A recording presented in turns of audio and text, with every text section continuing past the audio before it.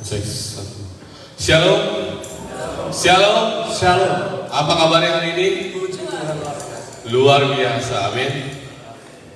Saya undang Bapak Ibu yang masih di luar, silakan bergabung untuk ibadah kita pada pagi hari ini. Sebelumnya kita akan berdoa. Bapak kami yang baik, Bapak kami dalam kerajaan surga, kami mengucap syukur Tuhan pada pagi hari ini kami masih boleh ada di sini Tuhan Yesus. Itu bukan suatu kebetulan Bapak, tapi suatu anugerah bagi kami Tuhan. Kami percaya Bapak pada pagi hari ini Bapak kami akan terima mujizat-Mu Bapak pada pagi hari ini Tuhan Yesus. Kami percaya Tuhan kami akan berbeda Bapak saat kami datang dan saat kami pulang Tuhan Yesus. Tuhan kami beracara Tuhan pada pagi hari ini Bapak. Curahkan api Roh Kudus mulai di tempat ini Tuhan. Biar kami menerima jamahan Bapak. Kami semua serahkan semuanya ke dalam tangan Tuhan Yesus. Terima kasih Tuhan. Mari umat yang percaya sama-sama kita katakan amin. Kita akan satu pujian.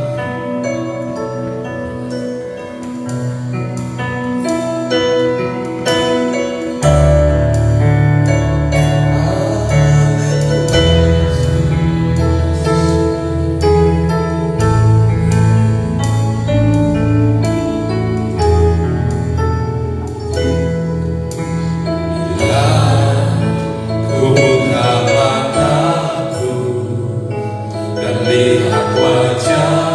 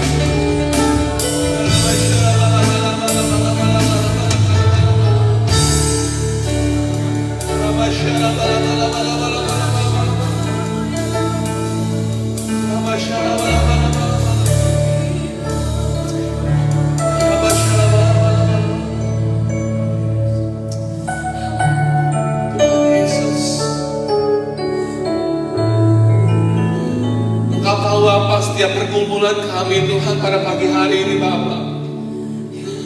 Karena Engkau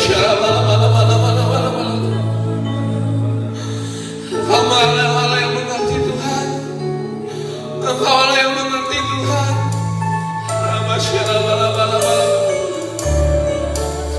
Setiap pergumulan, setiap masalah kami Tuhan, kami percaya Tuhan pada pagi hari ini Tuhan, Engkau mengetahui Bapa anak-anakmu Tuhan pada pagi hari ini Tuhan, berseru kepadamu Yesus.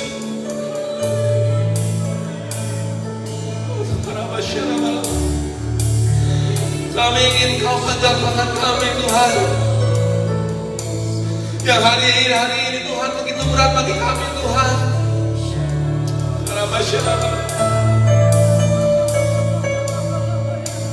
Banyak manusia Tuhan yang mengecewakan kami Tuhan. Banyak manusia yang tidak bisa menolong kami Bapak. Tapi Engkau tidak pernah mengecewakan kami Tuhan. Engkau selalu menolong kami Tuhan. Setiap masalah boleh ada Tuhan, setiap masalah boleh ada Tuhan, tapi Engkau selalu memegang tangan kami, Engkau selalu menyertai kami Tuhan.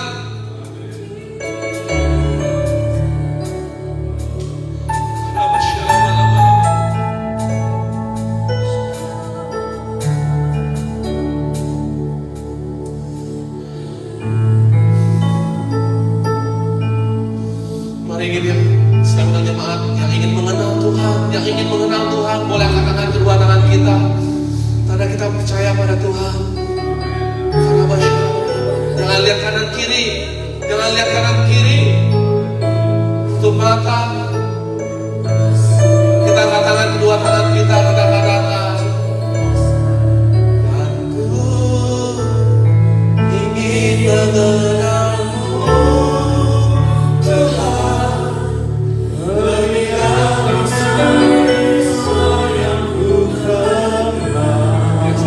Isi hati kami Tuhan. Kami ingin mengenal Kau Tuhan lebih dalam lagi Bapa.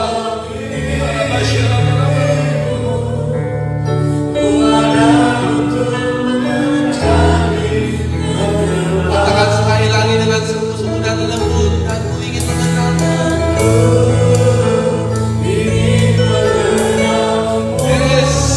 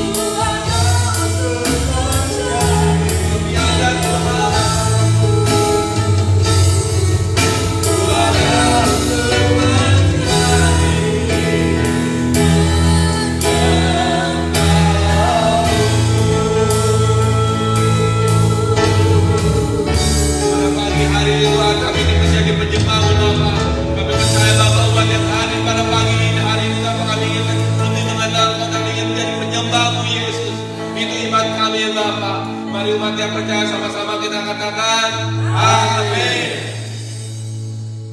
Boleh salam kanan kiri, katakan Tuhan kita Allah yang dahsyat, Tuhan kita Allah yang luar biasa.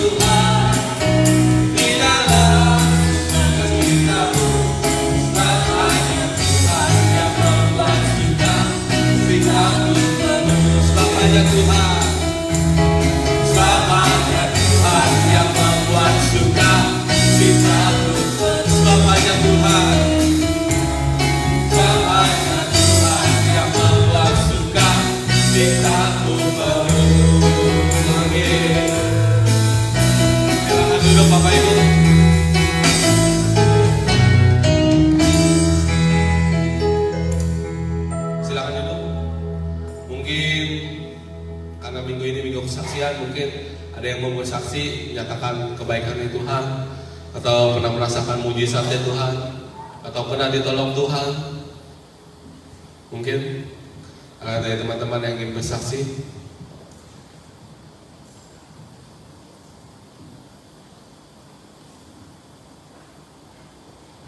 Gak ada? Apa mungkin Pak Gunawan sedikit? Nah, kita beri kemuliaan bagi Yesus.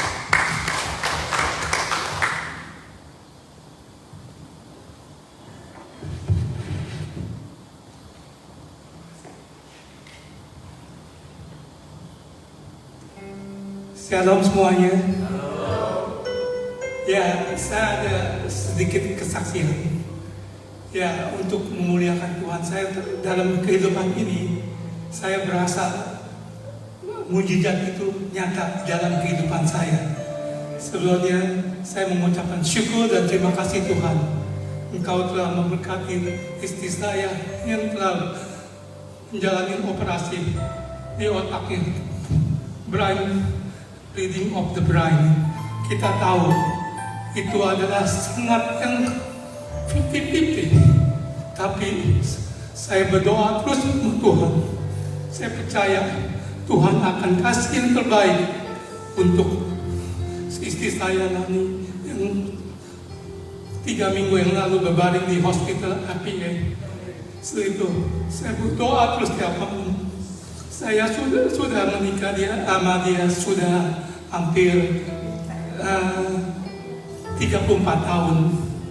tapi dalam keadaan dioperasi, saya gelisah terus selama dia dioperasi, saya nggak bisa tidur.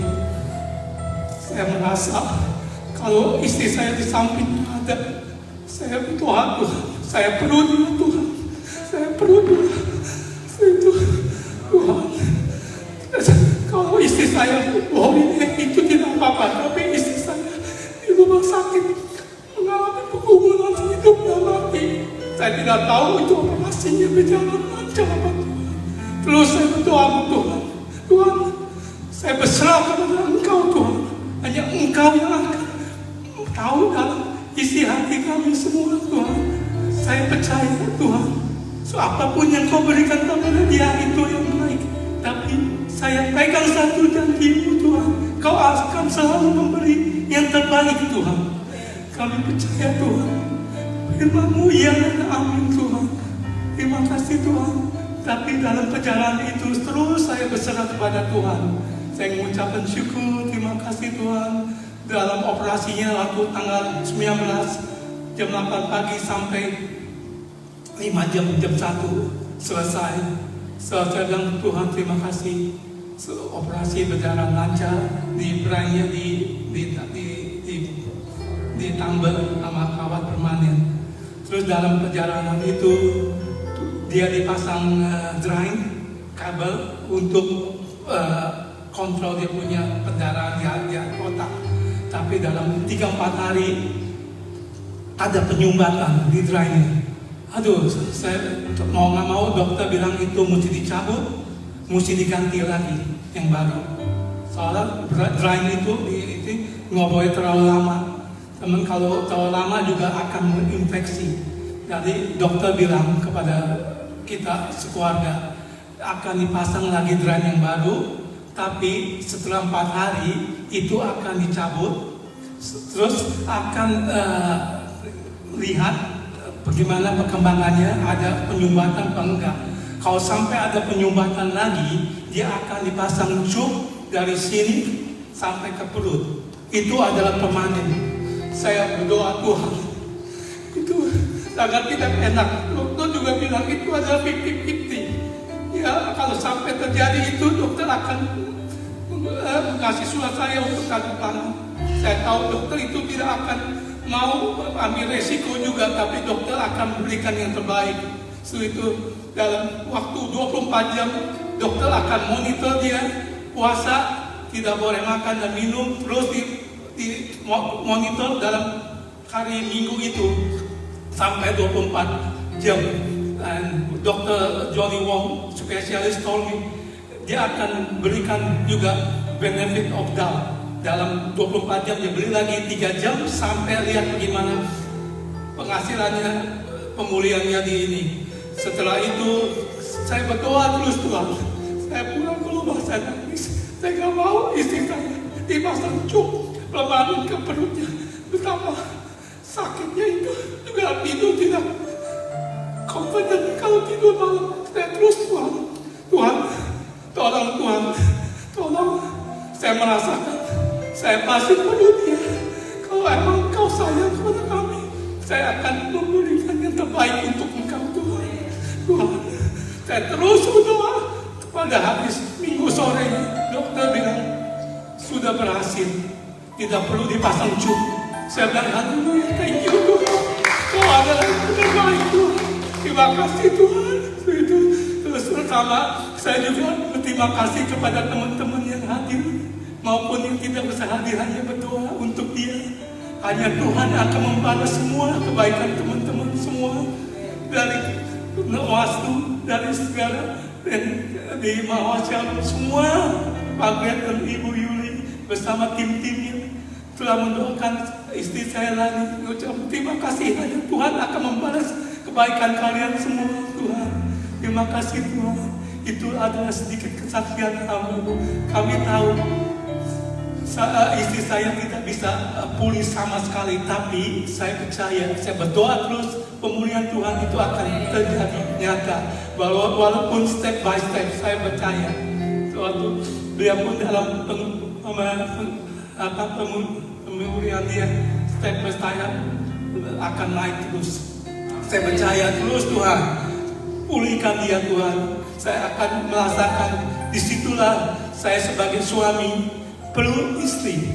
Setelah itu, apapun dimana saya berasa waktu saya sakit berpasti istri saya menemani saya juga. Sekarang waktunya saya membalas kebaikan dia juga untuk menemani dia. Tapi Dr. Wong bilang selama 6 minggu kita akan balik lagi ke hospital untuk diperiksa istri saya. Setelah tanggal 5 dia akan di CT scan lagi. Setelah itu tanggal 12 Johnny Wong spesialis akan memeriksa semuanya. Saya terus berdoa, Tuhan kasih yang terbaik untuk istri hamba-Mu Tuhan. Terima kasih Tuhan. Apapun yang Kau berikan itu yang terbaik untuk kami sekeluarga Tuhan. Terima kasih Tuhan. Terima kasih juga sekali lagi untuk semua yang telah hadir untuk menengok istri saya dan berdoa kepada dia. Dia akan terus dalam pemulihan. Di dalam nama Tuhan Yesus Kristus hamba-Mu sudah mengucapkan syukur dan terima kasih. Haleluya. Amin. Terima kasih. Ya, itu amazing ya, karena wow, kalau 3 minggu yang lalu bisa ada di rumah sakit, hari ini Ibu Lani bisa ada di sini, itu semua karena Tuhan. Tuhan masih izinkan Ibu Lani merasakan mujizat. Mungkin kita seperti tadi saya dapat pikiran begini, mungkin Tuhan jawab doa kita itu nggak seperti orang kayak dicubit sakit, ya kan, langsung, ya kan. Tapi Tuhan nolong kita itu serasa ada bayangan di belakang yang kita bisa rasakan, tapi kita tidak bisa memegang. Kita rasakan Tuhan ada di dekat kita, tapi kita nggak bisa yang langsung merasakan apa yang seperti kita langsung tas badan kita. Karena Tuhan setiap masalah boleh ada yang saya alami, Tuhan selalu memberikan jalannya. Lagi saat bergumul saya dengan visa, saya akan bilang saya akan pulang. Saya bilang saya akan pulang. Semua orang udah pada tahu saya akan pulang. Saya bilang karena kenapa? Too expensive to live in Australia. Sampai semua ada beberapa orang yang ibarat kata meledek saya lah. Baru begini udah pulang katanya. Ya kalau pribadi saya, buat apa kita kalau kita nggak sanggup lagi kita untuk ada di Australia. Saya tidak memaksakan saya hidup saya untuk ada di Australia. Tapi Tuhan punya rencana lain. Tuhan kasih mujizat. Tuhan kasih change. Tahu-tahu nggak perlu merubah aturannya. Kalau Tuhan sudah membukakan pintu-pintunya, saya percaya mujizat itu akan ada. Kayak bulan ini sekarang mendapat mujizat, pasti akan ada mujizat lagi. Akan ada mujizat-mujizat yang terjadi seterusnya. Karena Tuhan ingin apa? Tuhan ingin dipuji. Dari pujian ini banyak orang yang percaya. Jadi ya saya percaya Bapak Ibu, kalau emang doa Bapak Ibu tempat ini belum dijawab, doa Bapak Ibu ini belum Tuhan kabulkan, mungkin Tuhan ada waktunya. Karena waktu Tuhan adalah pasti yang terbaik. Jadi hanya kita perlu bersabar. Seperti orang memancing, kita mancing belum tentu kita dapat ikan. Tapi begitu saat ikan datang, kita akan meraih itu. Orang berjam-jam berdiri, orang bilang sama saya, mancing kamu berjam-jam, beli aja di fish market, $10-15 kamu udah dapat ikan. Saya 1 jam 2 jam memancing, tapi baru mungkin dapat ikan 1 ekor. Tapi Tuhan ingin melatih kita kesabaran. Sabar gak kita? Taat gak kita? Masih gak mau ke gereja? Hari Minggu mau gak ke gereja? Mau gak taat sama Tuhan? Mau gak berdoa? Mau gak duduk diam? Jangan kita ada punya masalah, Minggu gua gak mau ke gereja. Buat apa gua ke gereja? Doa gua jangan dijawab. Jadi terus percaya sama Tuhan. Saya percaya waktu Tuhan pasti yang terbaik. Saya undang lagi mungkin Ibu Cadida mau kesaksian. Beri kemuliaan bagi Yesus.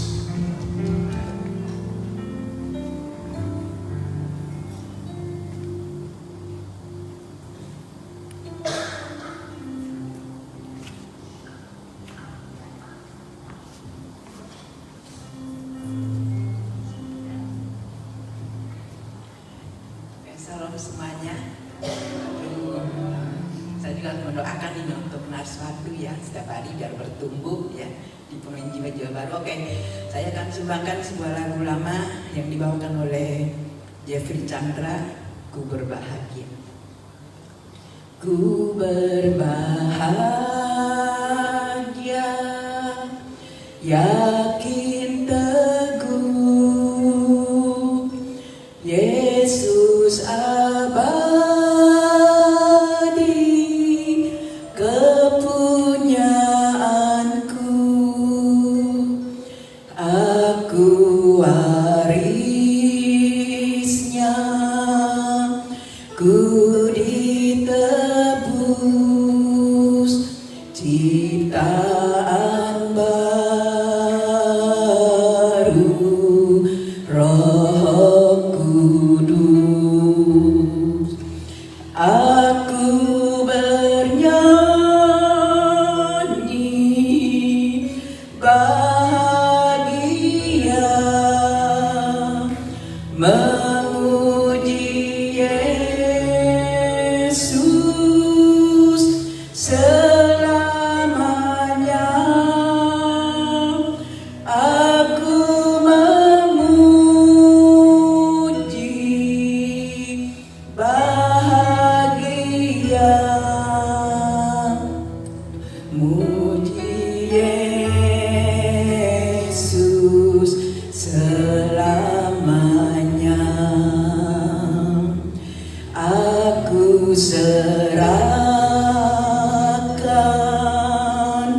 diri penuh dalam Tuhanku, hatiku teduh sambil menyongsong kembalinya.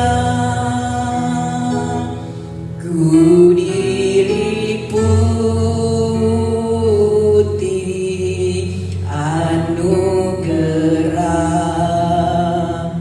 aku bernyanyi bahagia, memuji Yesus selamanya. Aku bernyanyi bahagia, memuji Yesus selamanya, memuji Yesus selamanya. God bless you. Thank you Bu Canida, luar biasa, selalu memuji Tuhan. Mari tiba saatnya kita akan masuk dalam pembelaan firman Tuhan. Saya undang Bapak Ibu untuk bangkit berdiri, kita akan satu pujian seperti Yerusalem disukai.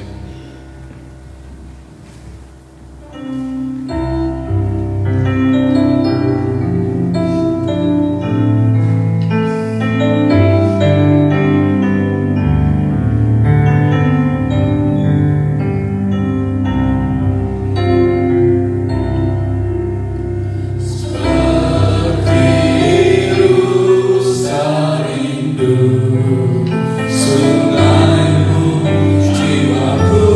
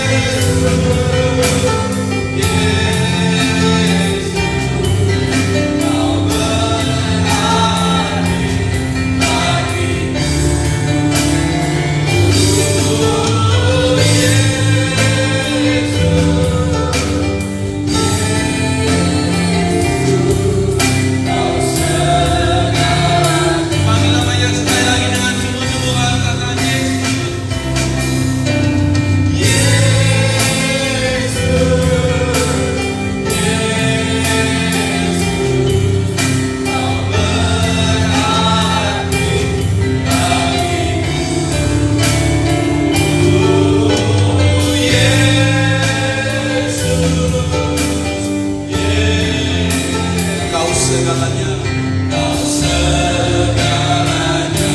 Mari panggil nama Yesus. Angkat tanganmu, katakan Yesus, Yesus, Yesus, Yesus. Kau berarti bagiku. Sungguh tanpa Tuhan kita tidak bisa berbuat apa-apa. Panggil nama Yesus, katakan Yesus, Yesus, Kau segalanya, Kau segalanya. Engkau kekuatan dan perisaiku. Engkau kekuatan dan perisai. Kepadamu, kepadamu rohku berserah. Kaulah Tuhan, Kaulah Tuhan hasrat hatiku, hatiku rindu, ku rindu. Sekali lagi panggil nama Yesus, Yesus, Yesus, amin. Yesus, Kau berarti, Kau berarti bagiku. Nama Yesus, Yesus, Kau segalanya, Kau segalanya, Kau segalanya bagiku, haleluya. Kau segalanya, Kau segalanya bagiku, amin. Kau segalanya bagiku. Sembah Dia, haleluya. Sembah Dia, haleluya.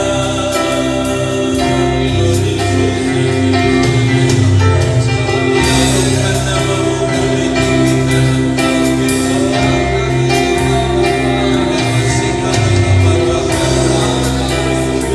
Kami menyembah-Mu, menyembah-Mu, menyembah-Mu.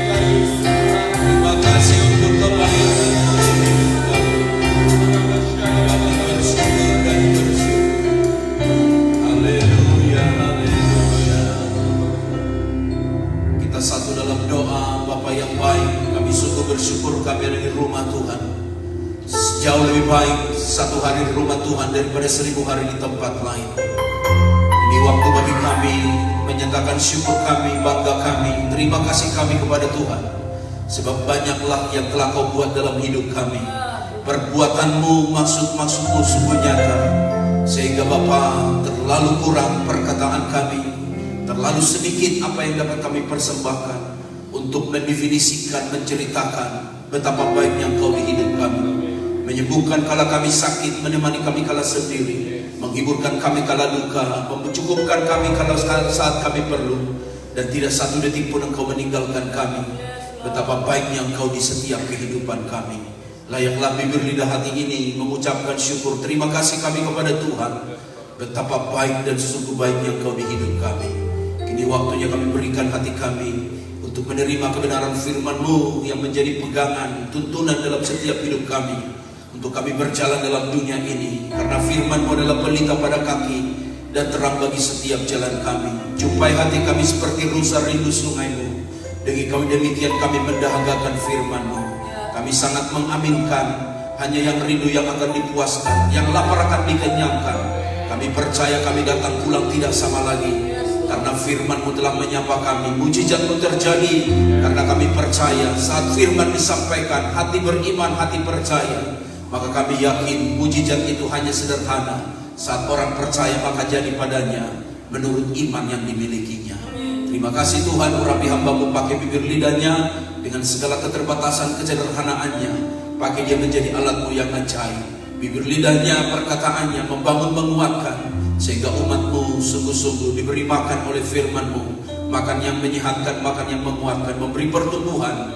Hidup kami tidak sama lagi, karena Engkau telah berfirman dan terus membawa kami dalam pertumbuhan sesuai dengan jasmani dan juga rohani kami. Berfirman, berkata-katalah, Sebab kami anak-anakmu telah siap mendengarkan Bapa bersabda, apapun pekerjaan iblis, kuasa kegelapan, roh jahat yang mengganggu kami dalam menerima menyambut firman-Mu, kami patahkan, tolak usir keluar dalam nama Tuhan Yesus Kristus. Berfirman, berkata-katalah, sebab kami siap mendengarkan Bapa berfirman. Dalam nama Yesus, semua kita yang percaya bersama katakan amin. Kita beri tepuk tangan yang luar biasa buat Tuhan kita. Silahkan duduk Bapak Ibu. Tuhan Yesus memberkati semua kita. Tentu mengucapkan selamat berjumpa kembali buat setiap Bapak Ibu yang hadir pada hari ini di rumah Tuhan, rumah di mana kita beribadah, memuji dan mengagungkan nama Tuhan, yaitu melalui pelayanan Tuhan Gereja Narwastu di tempat ini. Tentunya saya percaya di dalam Tuhan tidak ada yang kebetulan. Semua selalu ada dalam maksud dan rencana Tuhan yang indah dan luar biasa. Terima kasih untuk tim Praise and Worship yang telah mengambil bagian dalam pelayanan. Dan minggu ketiga selalunya adalah minggu kesaksian. Terima kasih untuk 2 kesaksian yang telah menguatkan kita bagaimana Tuhan itu ada, Tuhan itu hidup. Dia mendengar dan menjawab doa-doa setiap umatnya. Kita berikan tepuk tangan sekali lagi buat Tuhan kita yang luar biasa, dan betapa baiknya Tuhan di setiap kehidupan kita. Bapak Ibu Saudara sekalian yang dikasihi Tuhan, kalau kita melihat update terkini dari berita yang terkini, maka kita akan tahu bahwa sekarang sedang ada quick count untuk menghitung siapakah pemenangnya. Memang di sosial media sudah jelas siapa yang unggul.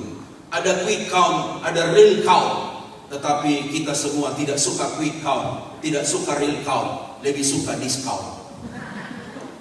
Bapak Ibu Saudara sekalian yang dikasihi Tuhan, inilah menurut Kompas bahwa pemenangnya adalah 58%, 58,48% adalah di paslon nomor 2, hidup nomor 2.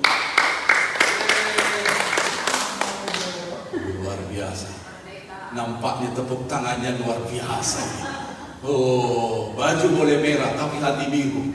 Luar biasa. Atau hati biru, hati apa? Baju biru. Atau hati biru lalu baju merah. Atau hati merah, baju biru. Bapak Ibu Saudara sekalian yang dikasihi Tuhan, di real count atau quick count ini ada beberapa yang itu survei, dan saya temukan ada sekitar 6 survei ini tetap mengunggulkan yang nomor 2. Sekali lagi Bapak Ibu, terima kasih untuk partisipasi jemaat di mana kita mensukseskan pemilu di luar negeri, dan tentunya doa-doa kita untuk tanah air selalu Tuhan juga mau dengar itu. Dan tapi aneh bahwa PDI Perjuangan justru unggul di dalam pemilihan legislatif dari semua partai yang ada, baik di Partai Gerindra maupun Partai Golkar maupun PKB. Maka persentasenya PDI Perjuangan itu ada di tingkat legislatif itu unggul dari partai yang lain. Hidup nomor 3. Kok nggak ada?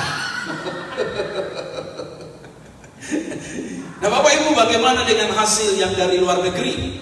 Maka catatan dari News dikatakan justru real count di KPU di luar negeri 44,07% itu pada Anies, 30% pada Prabowo, dan Ganjar itu, ini di luar negeri 44% sudah terkumpul, Anies 30, Prabowo 31, Ganjar justru menang di luar negeri. Apa yang ingin saya mau katakan dalam hari ini? Sederhana sekali. Semua ini adalah prediksi untuk menyatakan siapa yang sedang unggul hari ini. Tetapi ada catatan kaki yang tidak bisa kita lupakan, bahwa ini masih proses dan demi proses. Pada akhirnya dikatakan seperti ini, hasil hitungan cepat bukanlah hasil resmi pemilu. Hasil resmi akan menunggu perhitungan secara manual oleh Komisi Pemilihan Umum. Jadi Bapak Ibu, jangan berantem hanya karena Prabowo lebih unggul dari Ganjar. Jangan ribut hanya karena nomor 2 lebih tinggi persentasenya daripada nomor 3. Sekali lagi, hasil resmi belum ada sampai sekarang. Semua akan dikumpulkan kembali. Lalu kemudian Komisi Pemilihan Umum secara resmi nanti akan mengumumkannya dan siapa pemenangnya. Pak Jokowi bilang begini, jangan tergesa-gesa. Apa? Ojo ke susu. Sebab di banyak WhatsApp grup sekarang orang ribut terus. Ribut mengunggulkan seseorang dan mengunggulkan paslon yang lain, dan paslon yang merasa rendah dia pun tersinggung, dan akhirnya dia bisa left group hanya karena pemilu 2024 ini. Sekali lagi kita harus damaikan hati bahwa ini semua belum final hasilnya. Terakhir, Komisi Pemilu akan pemilihan umum akan mengumumkan secara resminya. Bilang dengan sebelah, ojo ke susu, bilang dengan dia. Apa artinya ojo ke susu? Tanyalah Mas Kristo. Artinya jangan tergesa-gesa. Bapak Ibu Saudara sekalian yang dikasih Tuhan, di Alkitab pun demikian. Suatu ketika ada seorang kusta yang sedang sakit dan disembuhkan oleh Tuhan Yesus. Juga pada kalimat ini Tuhan bilang begini kepadanya, pergilah, perlihatkanlah dirimu kepada imam. Jangan tergesa-gesa, ojo ke susu. Ya betul, kamu sudah sembuh, kamu sudah dipulihkan, bahkan sudah dinyatakan penyakitmu sudah tidak ada, engkau sudah tahir, permohonanmu sudah didengarkan, keluh kesahmu sudah Tuhan perhatikan. Jelas, kamu sudah sembuh 100%. Tapi jangan tergesa-gesa, perlihatkan dirimu kepada imam-imam, karena yang dapat menyatakan kau sembuh total adalah imam tersebut. Dan bukan saja itu, 3 hal yang disuruhkan oleh Yesus. Yang pertama, janganlah engkau memberitahukan apa-apa tentang hal itu.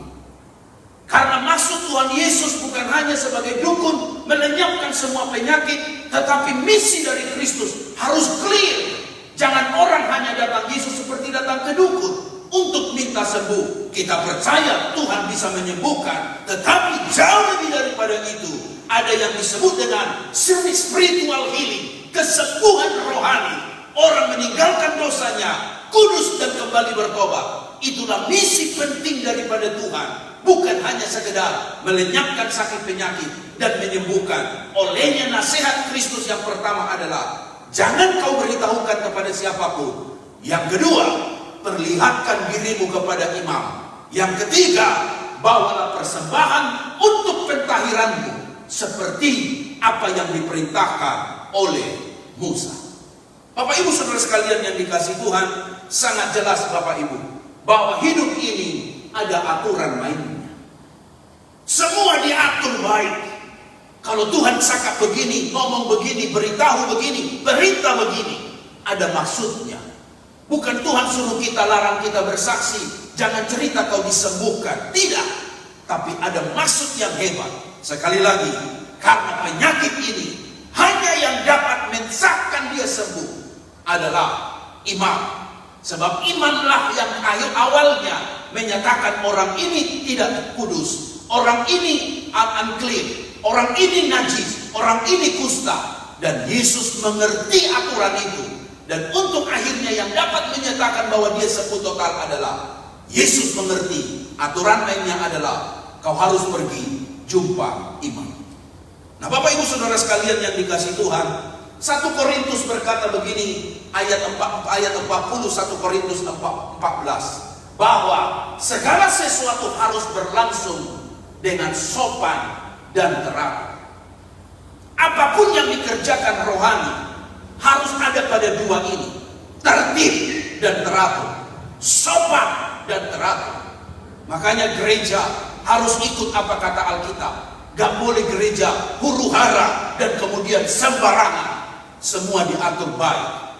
Bunga di sebelah kanan, bunga di sebelah kiri. Berapa jumlah bunga di sana, bunga di sebelah kiri. Hal kecil aja diatur supaya saat pendeta berdiri menyampaikan khotbah itu balance dan tidak miring. Semua diatur. Demikian hal-hal yang lainnya. Ada yang disebut dengan liturgi gereja, di mana semuanya itu hendak mau diatur. Setiap ibadah harus disertai dengan kesopanan dan keteraturan.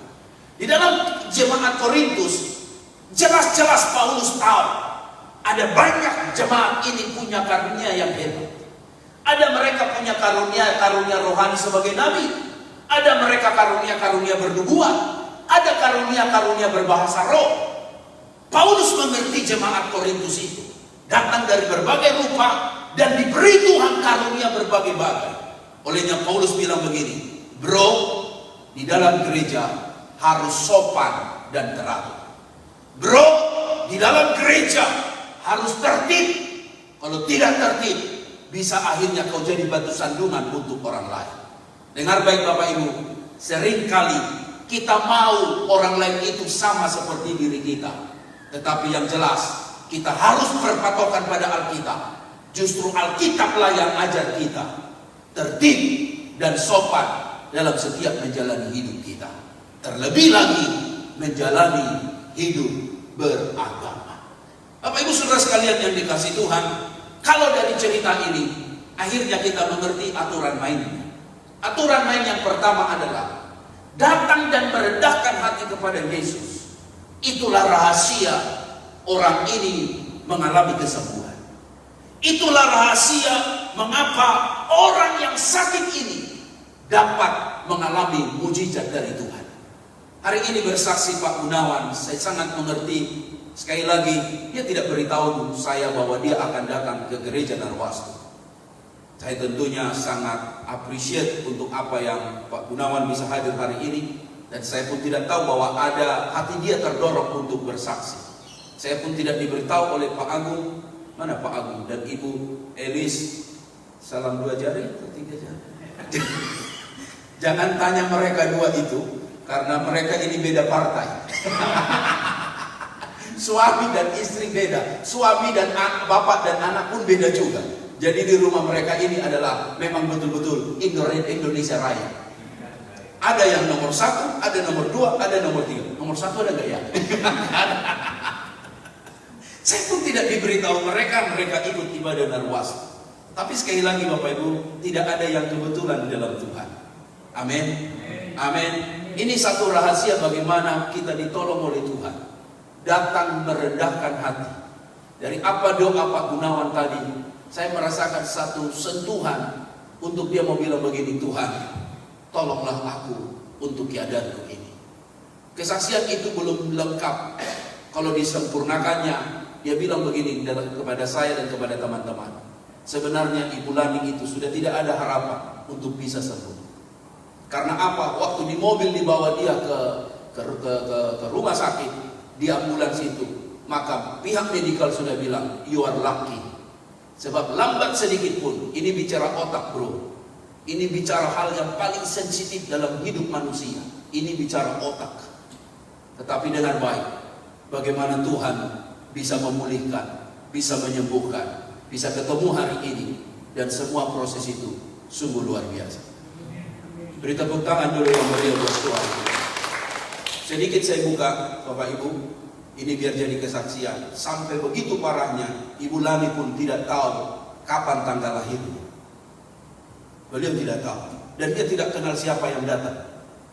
Di awal-awalnya, kita bilang begini, kok bisa separah itu? Ini otak punya cerita. Makanya sehebat-hebatnya manusia dengan baik, kita itu sebenarnya rapuh. Seolah-olah begini, baru kita ketemu dengan beliau, baru kita bertelepon, baru WhatsApp, baru sepertinya kemarin makan di suatu warung atau di kedai makan, restoran, dan masih kita ngobrol.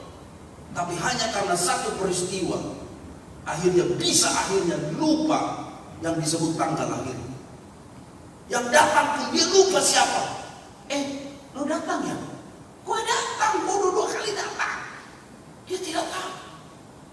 Tapi kalau bisa dia hadir hari ini, maaf Pak Gunawan sama Ibu, sengaja saya cerita ini untuk mau mengingatkan kepada kita betapa manusia itu sangat rapuh. Kalau orang tidak ada Tuhan, tidak punya Tuhan, entah apa yang jadi. Rapuh betul Bapak Ibu. Kita ini boleh tegak-tegak berdiri begini, tapi kalau sudah bersentuhan dengan penyakit, apalagi khususnya urusan otak, itu apapun bisa terjadi. Makanya ketika Pak Gunawan berdoa, raung minta belas kasihan Tuhan.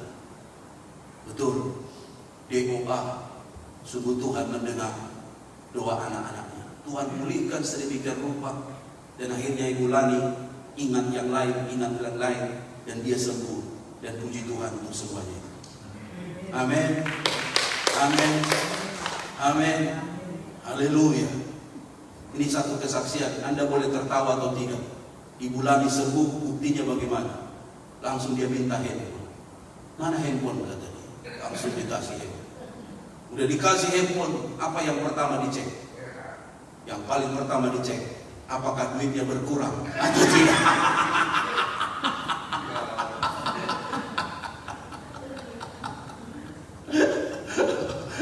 Memang begitu manusia. Di mana hartamu berada, di situ hatimu berada. Dicek dulu, ini benar nggak? Ada yang kurang nggak 1 sen ini? Jangan-jangan akhirnya berpindah ini duit kemana? Memang urusan duit, semua kita sama, termasuk yang khotbah ini. UUD, ujung-ujungnya juga duit. Dan benar, walaupun Bapak Ibu bisa ketawa, tapi itu membuktikan istri saya sudah sembuh. Dia tahu nomor PIN-nya, dia tahu kemudian itu duitnya, dia tahu kemudian nomor yang lain. Dan ketika minggu kami datang mengunjunginya di rumah sakit, dia bisa bersenyum dengan kami. Kami melepaskan dalam doa. 2 hari kemudian dia tinggalkan rumah sakit. Awal-awalnya harus ikut terapi 1-2 yang lain. Saya bilang, Bu, berdoa. Sebab kalau Tuhan sudah menyembuhkan, dia tidak pernah menyembuhkan separuh-separuh. Tuhan pasti menyembuhkan total dan sempurna dan sempurna dan sempurna.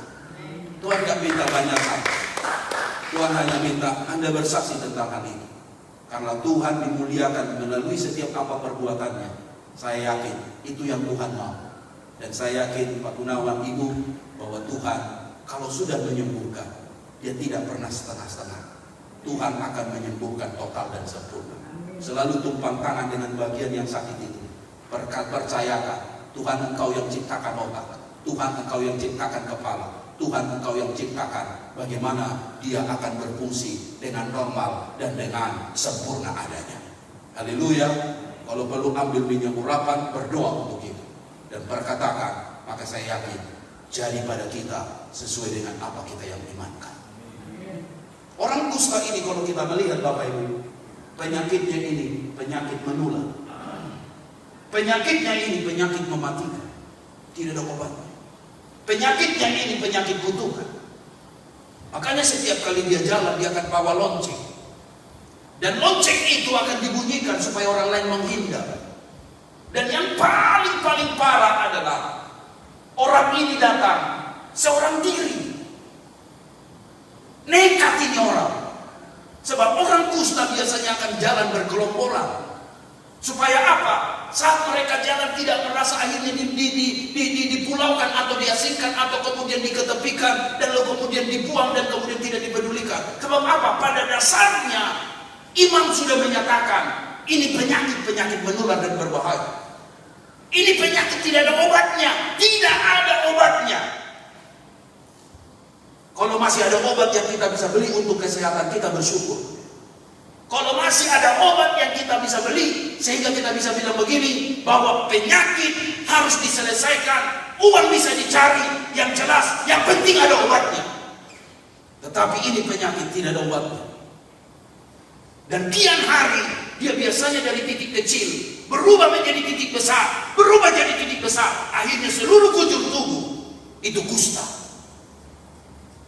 Dan selalu berakhir dengan kematian. Dan yang paling menyedihkan adalah bukan saja perkataan orang, bukan saja sikap orang yang menyentuh kepada bagian fisikalnya, tetapi dia harus selalu berkata, aku ini orang terkutuk. Sebab penyakit ini disebut terkategori sebagai penyakit kutukan. Bisa Bapak Ibu bayangkan betapa sialnya nasib orang ini. Bisa Bapak Ibu bayangkan betapa menyedihkan hidup orang ini. Betapa orang ini tidak ada harapan untuk dia bisa melihat hari baik di depan hidupnya. Iman yang begitu luar biasa. Seorang diri nekat keluar dari kumpulannya, mencari Yesus, merendahkan hati, berlutut, minta belas kasihan Tuhan. Sampai doanya hanya tidak bilang begini, Tuhan sembuhkan aku. Dia tidak berdoa begini, Tuhan pulihkan aku. Dia tidak bilang begini, anak daud belas kasihan aku. Tidak. Tapi doanya bilang begini, kalau engkau mau, engkau dapat menyembuhkan aku. Karena apa? Memang sudah tidak ada harapan. Harapannya cuma ini, maumu Tuhan, aku gak ada kemauan lagi. Sebab kalau aku minta begini, aku bisa kecewa karena memang keadaannya gak akan mungkin sembuh. Beda dengan orang yang berdoa dalam lumpuh itu. Beda dengan orang yang berdoa dalam keadaan cacat penglihatan. Beda dengan orang yang berdoa hal yang lain. Orang kusta ini doanya benar-benar. Dia bilang, kalau kau mau saja. Karena memang sudah tidak ada harapan. Nah, menarik ya Bapak Ibu, di mana ada kerendahan hati, minta belas kasihan Tuhan, disitulah letaknya pertolongan itu. Hari yang baik ini, kadang-kadang Tuhan ajar kita sekolah kerendahan hati.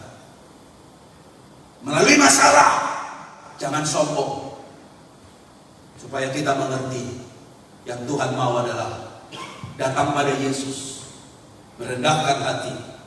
Tuhan pasti sanggup pulihkan kita. Tidak ada yang terlalu sukar Bapak Ibu. Mungkin kau bilang, Pak Pendeta, masalahnya terlalu besar. Tapi seringkali melalui masalah itu, Tuhan ajar kita merendahkan hati. Sebab selama ini istri kita tegur, tetangga kita tegur, mertua kita tegur, kita nggak mau dengar. Terakhir Tuhan benturkan kita dengan masalah. Dibenturkan dengan masalah, lalu kemudian kita bilang, benar, memang aku manusia yang rapuh, harus datang pada Tuhan kalau ingin pemulihan. Poin yang saya yang kedua adalah Yesus tergerak oleh belas kasihan. Di ayat ini bilang begini, maka tergeraklah hatinya oleh belas kasihan, lalu ia mengulurkan tangannya menjamah orang itu dan berkata kepadanya apa? Aku mau, jadilah engkau tahu. Luar biasa Tuhan kita.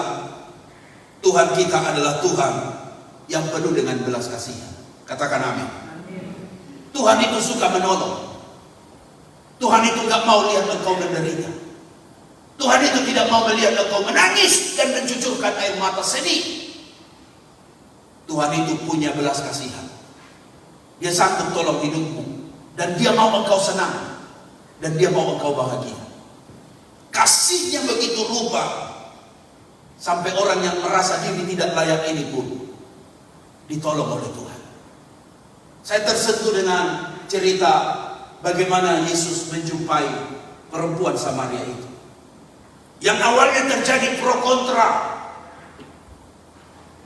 Tuhan tidak melihat rupa.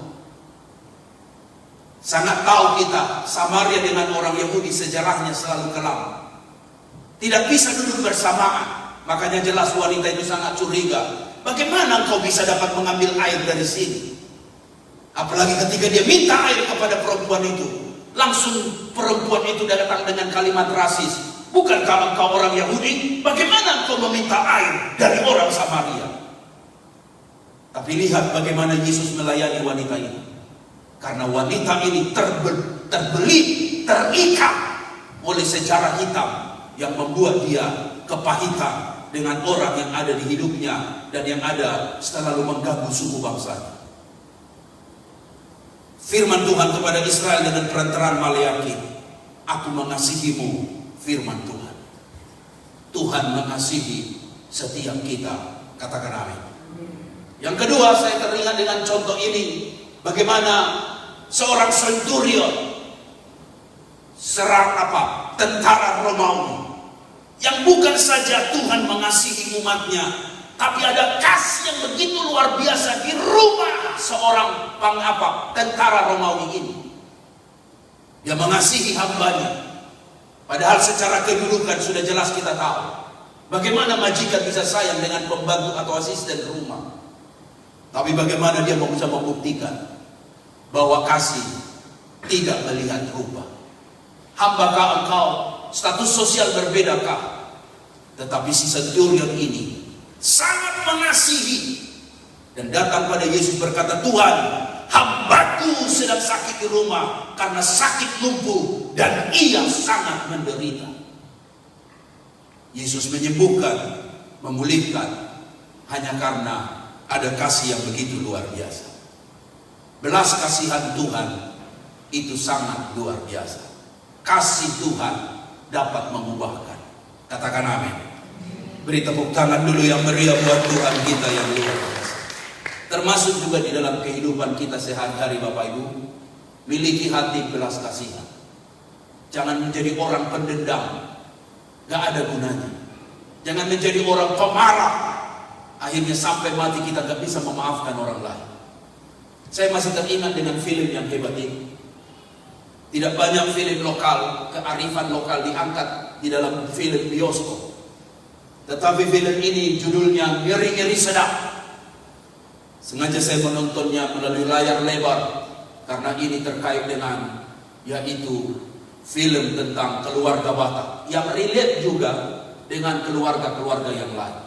Ini ada di sini Pak Domu, dia punya 4 orang anak dan punya istri yang biasa kita kenal dengan grup musik Project Pop, namanya adalah Tika Panggabean.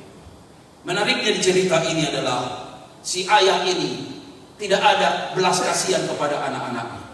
Dia punya target tertentu bagi anaknya. Dia mau yang satu jadi pengacara, yang satu jadi pengusaha, yang satu lagi dia mau sesuai dengan apa yang menjadi ideal di kampung itu. Yang menariknya adalah karena tidak ada kasih, akhirnya pecahlah rumah tangga ini. Si bapak merasa benar, selalu berkata, saya bapakmu, kau harus hormati. Si anak memberontak, tapi tidak dengan mulutnya, tapi dengan sikapnya. Ditinggalkanlah ayah ini, ditinggalkanlah ibu ini, di rumah, di kampung halaman. Semua anaknya, kecuali yang bungsu, merantau, meninggalkan seorang ayah yang egois. Apa yang terjadi Bapak Ibu? Keluarga ini ada di tepi jurang kehancuran.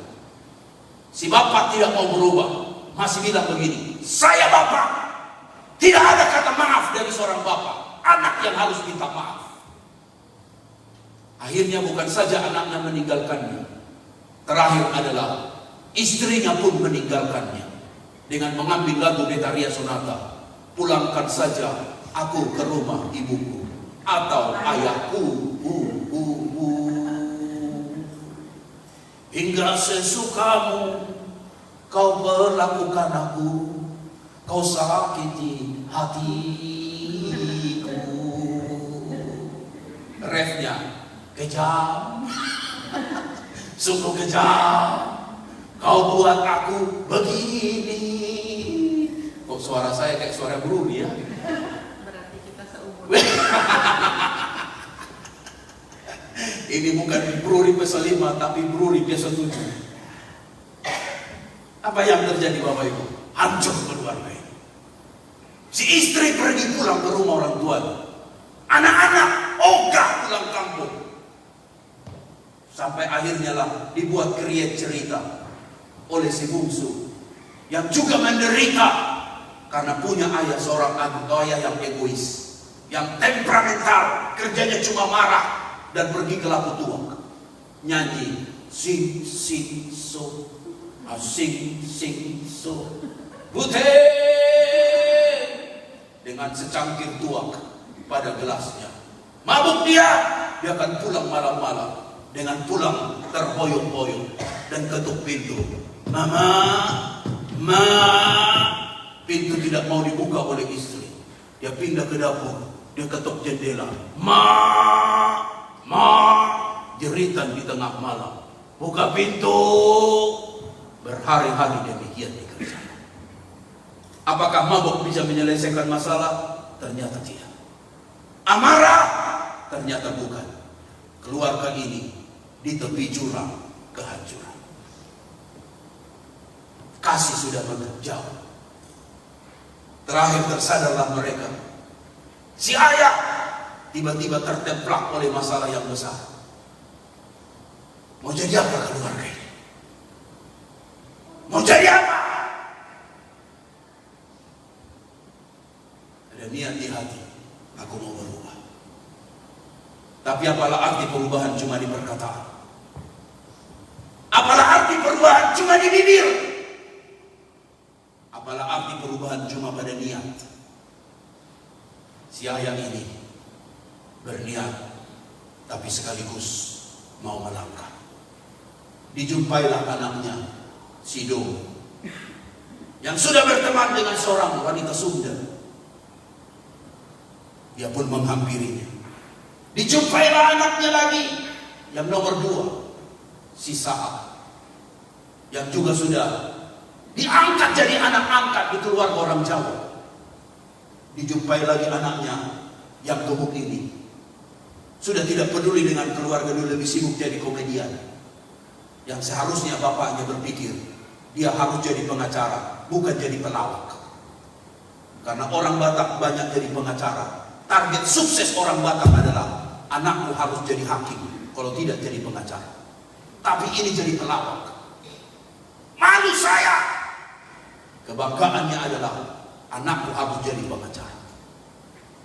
Tapi ternyata Bapak Ibu, keadaan berubah.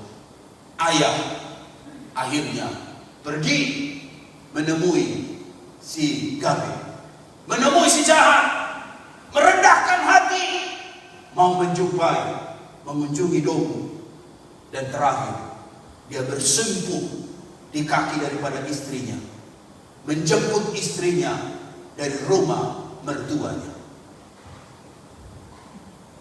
Saya percaya filosofi orang Afrika, ikan busuk dimulai dari kepala. Mau ingin perubahan, ubah dulu kepalanya, baru yang lainnya akan berubah. Perubahan bermula dari pemimpin. Kalau pemimpinnya berubah, umatnya berubah. Makanya paslon itu, presiden-presiden itu, kita pastikan dia sudah berubah. Kalau Prabowo tidak berubah, Ganjar tidak berubah, Anies tidak berubah, akan mau dibawa kemana bangsa Republik Indonesia yang berjumlah 270 juta jiwa itu? Perubahan dimulai dari pemimpin, dan pemimpin harus mau tinggalkan egonya. Dan yang terjadi adalah akhirnya keluarga ini pulih kembali.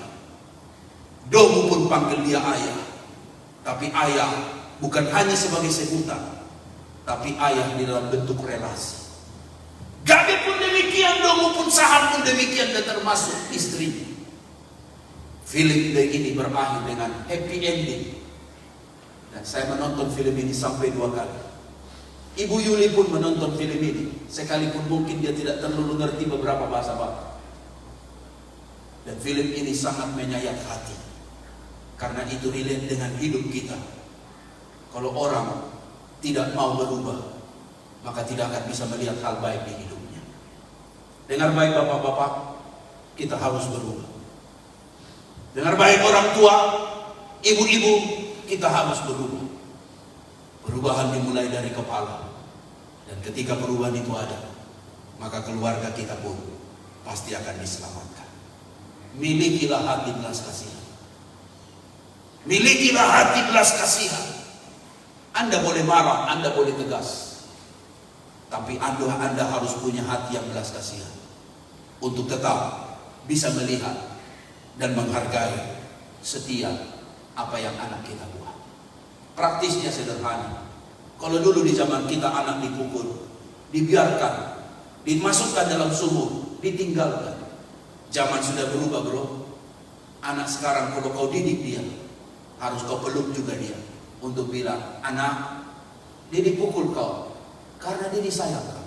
Tahu kamu apa yang kamu buat salah? Berubah zaman sekarang. Kita harus ada kasih yang memeluk, bukan cuma tangan yang memukul.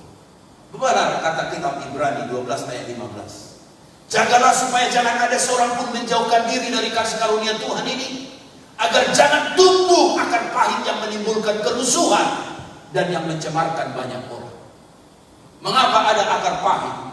Jawabnya adalah orang jauh dari belas kasihan.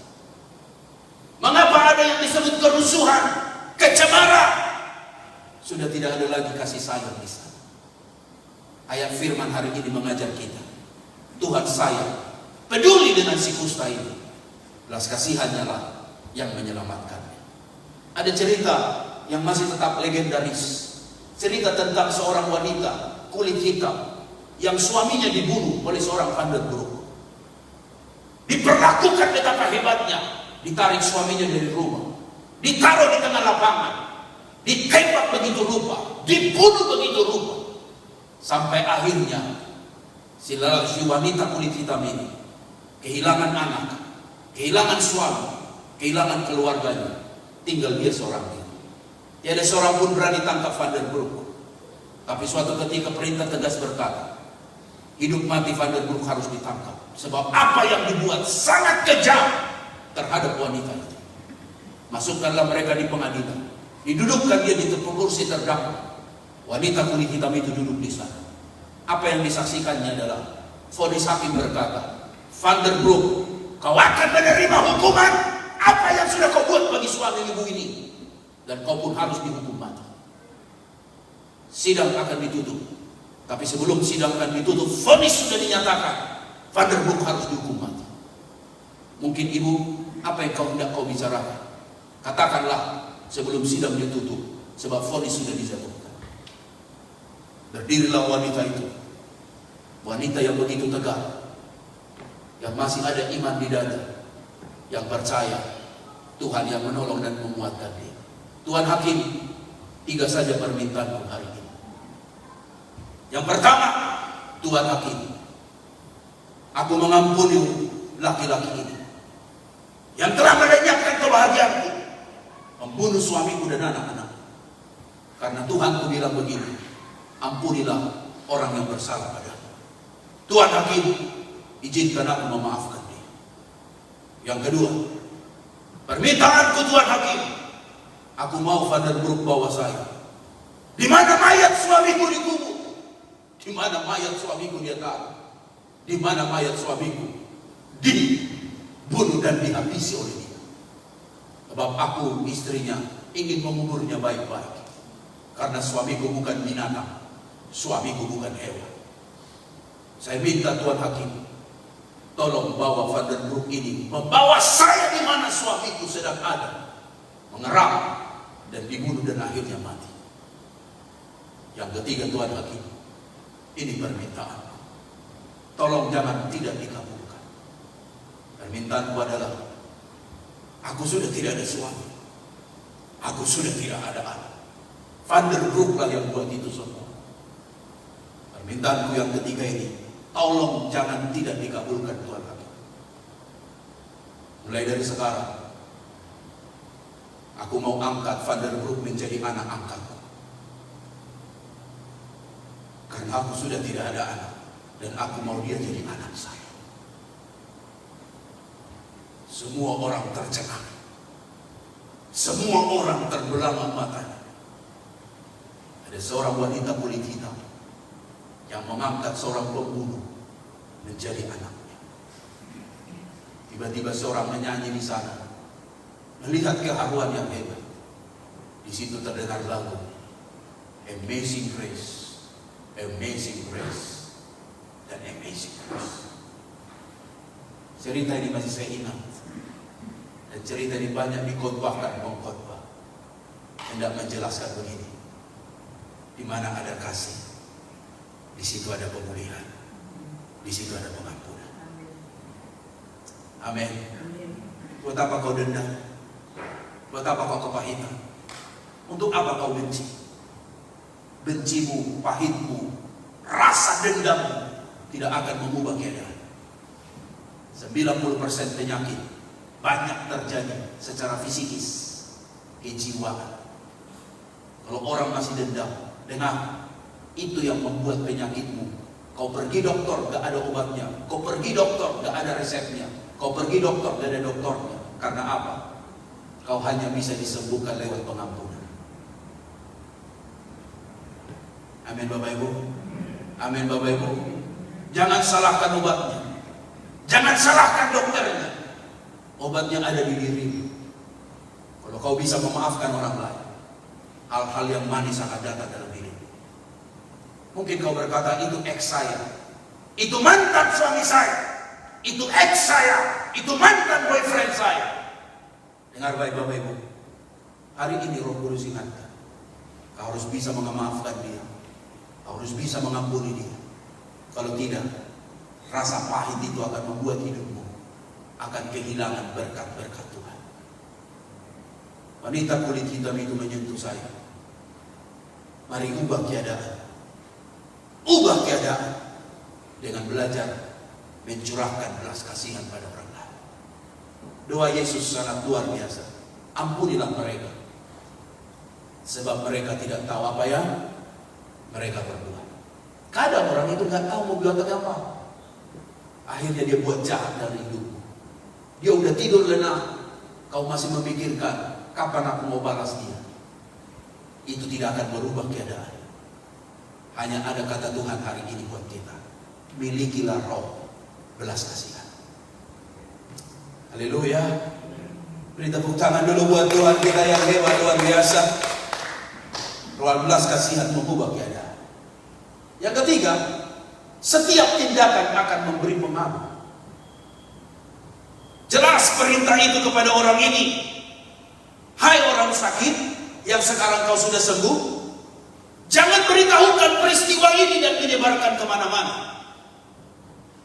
Tetapi orang ini tidak tahan mulutnya. Dia mau cerita saja. Sudah Yesus bilang begini, jangan cerita sama siapa-siapa. Bukan berarti dilarangnya bersaksi, bukan.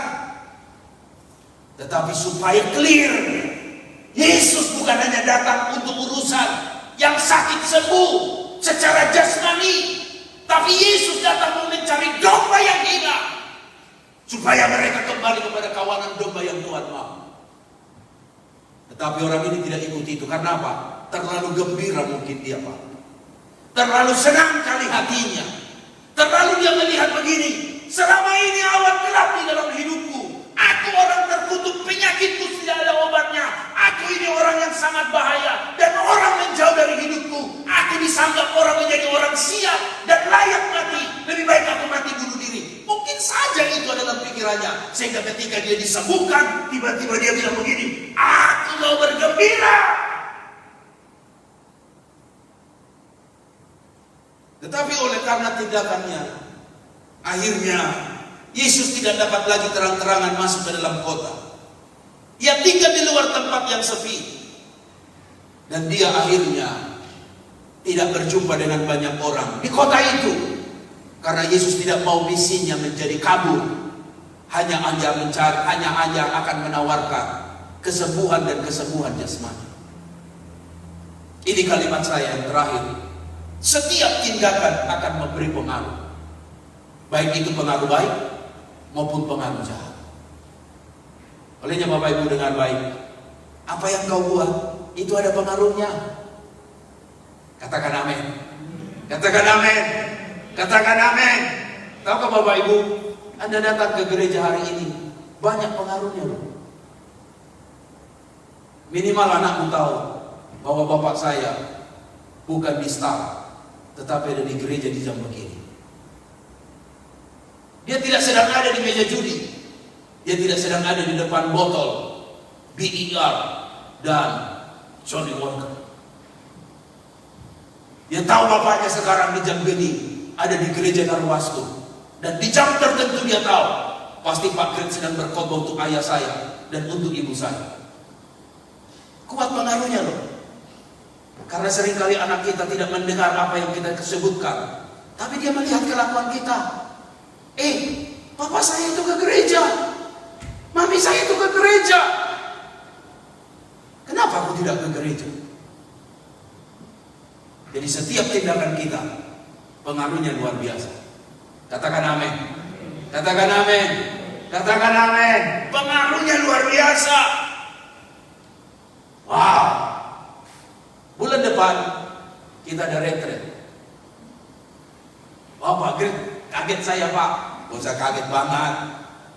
Ini retretnya luar biasa, gak jauh dari kita. Retretnya di Stanford Airport Hotel. Di mana itu? Jauh. Jauhnya di mana? Di Mascot. Pembicaranya seorang pendeta yang sangat dipakai Tuhan luar biasa di generasinya Pak Jonathan Patiasina. Namanya adalah Ruben O. Saya pernah beberapa kali ikut seminar dia dan camp-camp yang dipimpin dia. Wow, saya sangat diberkati. Di camp Pria Sejati saya hadir waktu di puncak, beliau mengkhotbahnya. Beberapa KKR pun saya ikut. Mungkin Bapak Ibu bisa lihat di YouTube khotbah-khotbah beliau cukup tajam untuk bicara tentang bagaimana walking in the God's destiny. Dan ini kesempatan buat kita, secara khusus untuk gereja JKI Cire, Narwastu, House of Sacrifice, House of Grace, JKI Penuai. Ini hanya terbatas tempatnya, cuma 80 orang. Harganya berapa Pak Pendeta? Harganya murah banget dibanding berkatnya. Kita bisa kumpul 4 orang, 1 hari 250. Standarnya penginapannya hotel. Menunya hotel. Bapak Ibu bilang, bintang berapa Pak? Saya tahu, pasti di atas bintang 3. Dan kita ada di tanggal 29 Maret sampai tanggal 1 April. Jadi Bapak Ibu, panitianya kita juga. Dan Narwastu itu dikenal punya masakan yang hebat, restorannya luar biasa, dan banyak di Narwastu itu masakannya ala bintang 5. Sehingga mereka bilang, panitia konsumsi Narwastu katanya. Saya pun kaget setengah mati. Harusnya pakai KPU dong, Komisi Pemilihan Urusan Konsumsi. Tapi tanpa KPU, langsung mereka bilang, Narwastu bagian konsumsi. Wah, jadi Bapak Ibu, kita dapat tugas nih untuk siapkan makanan buat mereka. Tapi Pak Pendeta itu kan sudah ada makanan di hotel itu. Memang betul, sangat meringankan. Bapak Ibu bilang begitu, benar. Kita tinggal tunggu serve buat mereka. Jadi Bapak Ibu, tanggalnya adalah 29 Maret dan sampai 1 April. Di acara Easter Day, acara Paskah, kita retreat sama-sama. Jadi sekarang mulai kumpul duit, tiap minggu 200, tiap minggu 100 atau 50, sampai akhirnya di hari hanya cukup uangnya. Kita menginap di sana, sekalipun rumah dekat, tapi jauh lebih baik menginap di sana supaya suasana retreatnya lebih dapat. Ya, dan kebetulan Pak Agung, Ibu Elis di sini, sama-sama kita join sama-sama. Ada 80 tempat aja, jadi kita join sama-sama. Siapa cepat dia dapat, siapa lambat minta maaf. Ya. Jadi Bapak Ibu, ini acara dari kita untuk kita. Beberapa camp yang kita sudah hadir, kalau kita melangkah, kalau lihat duitnya kadang mahal banget. Tapi waktu ikut campnya Pak siapa terakhir kita yang dari Belanda? Pak Victor Faradimela, kita diberkati banyak ya Bu ya. Sehingga kita bilang begini, uang gak ada apa-apanya. Karena apa? Tiba-tiba kita datang di sana, kita melangkah, tinggalkan kerjaan, tinggalkan aktivitas. Tuhan menyentuh hati kita dengan firman dan kesaksiannya. Kita merasakan kemenangan yang luar biasa. Ketika Pak Jonathan Patiesina datang, kita pun susah mau ambil keputusan. Kita bilang mahal, jauh, susah. Tapi kita berkorban. Do action. Akhirnya yang terjadi adalah kita diberkati luar biasa. Pendetamu ini pun, bagaimana dia menemukan panggilannya? Jawabnya adalah juga di sebuah retreat dan di sebuah camp. Ini pendeta hasil retreat dan camp. Selalunya kita di Jakarta, kalau retreat camp itu biasanya di mana? Puncak. Wah, selalu ke puncak. Kemana? Retreat. Puncak. Puncak. Dan di situ saya menemukan panggilan. Tiba-tiba saya didoakan. Masih anak muda yang belia, ingusan, tapi hati rindu melayani Tuhan. Saya waktu itu di gereja GBI Mawar-Sarang, masuk dalam kelompok pemuda. Dan saya orang paling muda waktu itu. Karena saya rindu untuk ikut satu komunitas. Dan saat saya didoakan, tiba-tiba saya hilang. Entah saya di mana.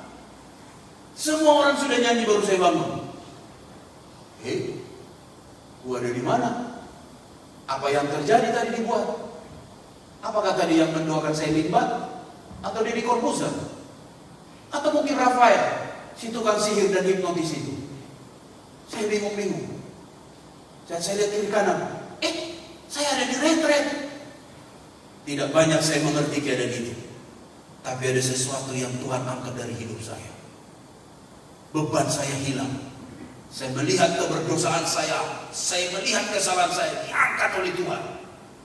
Mulai daripada itu, turning point, saya akhirnya semakin sungguh-sungguh dengar firman, baca firman, ikut ibadah, dan perubahan itu sangat luar biasa. Olehnya Bapak Ibu, sederhana saja, ambil tindakan, kita akan lihat pengaruhnya luar biasa. Si kusta itu ambil tindakan, nekat seorang diri, nekat mencari Tuhan, nekat meminta pada Tuhan, nekat berjumpa dengan Tuhan. Yang hebatnya adalah orang kusta kan gak boleh dipegang, orang kusta kan gak boleh disentuh, sebab takut akhirnya dia bisa tertular. Tapi Yesus dengan kasihnya menyentuh dia dan berdoa buat dia. Belas kasihan Tuhan nyata, dan akhirnya orang itu sembuh. Sekali lagi Bapak Ibu, tindakan menciptakan pengaruh luar biasa. Doakan dulu, dan saya yakin kita bisa join sama-sama di camp tanggal berapa itu? 29 sampai tanggal berapa? 1 April. Belum ditulis di sana berapa harganya, tapi kami melalui panitia memberitahu bahwa 1 hari kamar itu disewa $250. 1 hari, sekelasnya Stanford Airport Hotel. Itu bisa diisi 4 orang. Berarti 250 dibagi 4 orang. Kira-kira berapa itu? 60 lebih. 1 hari.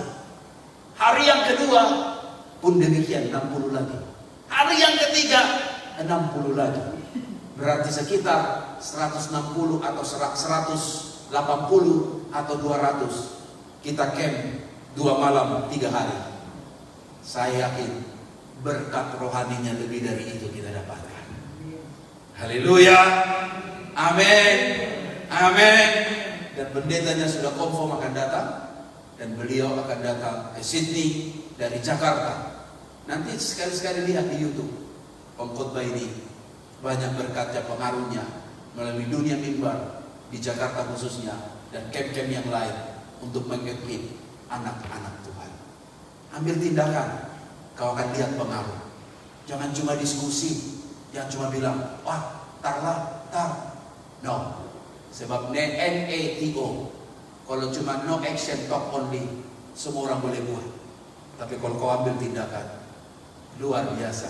Sama apa yang Yesus buat. Kalau cuma aku mengasihimu, tapi kamu mati di atas salib, dia bilang, Allah, ngomong kosong.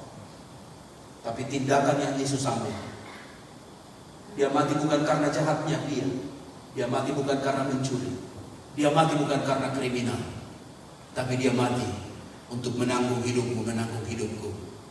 Tindakan yang diambil mengubahkan hidup kita, sehingga kita tidak mati lagi dalam keberdosaan. Kita tinggalkan semua dosa kita, karena Yesus menyelamatkan setiap hidup kita. Ingat, 2024 tahun penyertaan Tuhan. Saat engkau ambil tindakan, imanilah bahwa Tuhan tidak tinggalkan kita. Haleluya. Amin. Amin. Terima kasih untuk support doa Bapak Ibu, secara khusus untuk visa dan semua urusan keluarga. Minggu-minggu ini menjadi minggu-minggu yang sangat-sangat kritis untuk terus berdoa. Bahkan minggu-minggu ini saya akan ambil doa puasa, karena ada beberapa hal yang harus dikerjakan. Dan saya selalu meyakini, berjalan bersama dengan Tuhan kadang-kadang memang ngeri-ngeri sedap, tetapi kalau Tuhan sudah menyertai, laut yang begitu besar pun Tuhan bisa teduhkan, gelombang yang begitu hebat pun biasa Tuhan selesaikan. Untuk kita yakini Tuhan adalah segalanya di hidup kita. Beri tepuk tangan sekali lagi buat Tuhan kita. Mari kita bangkit berdiri. Haleluya.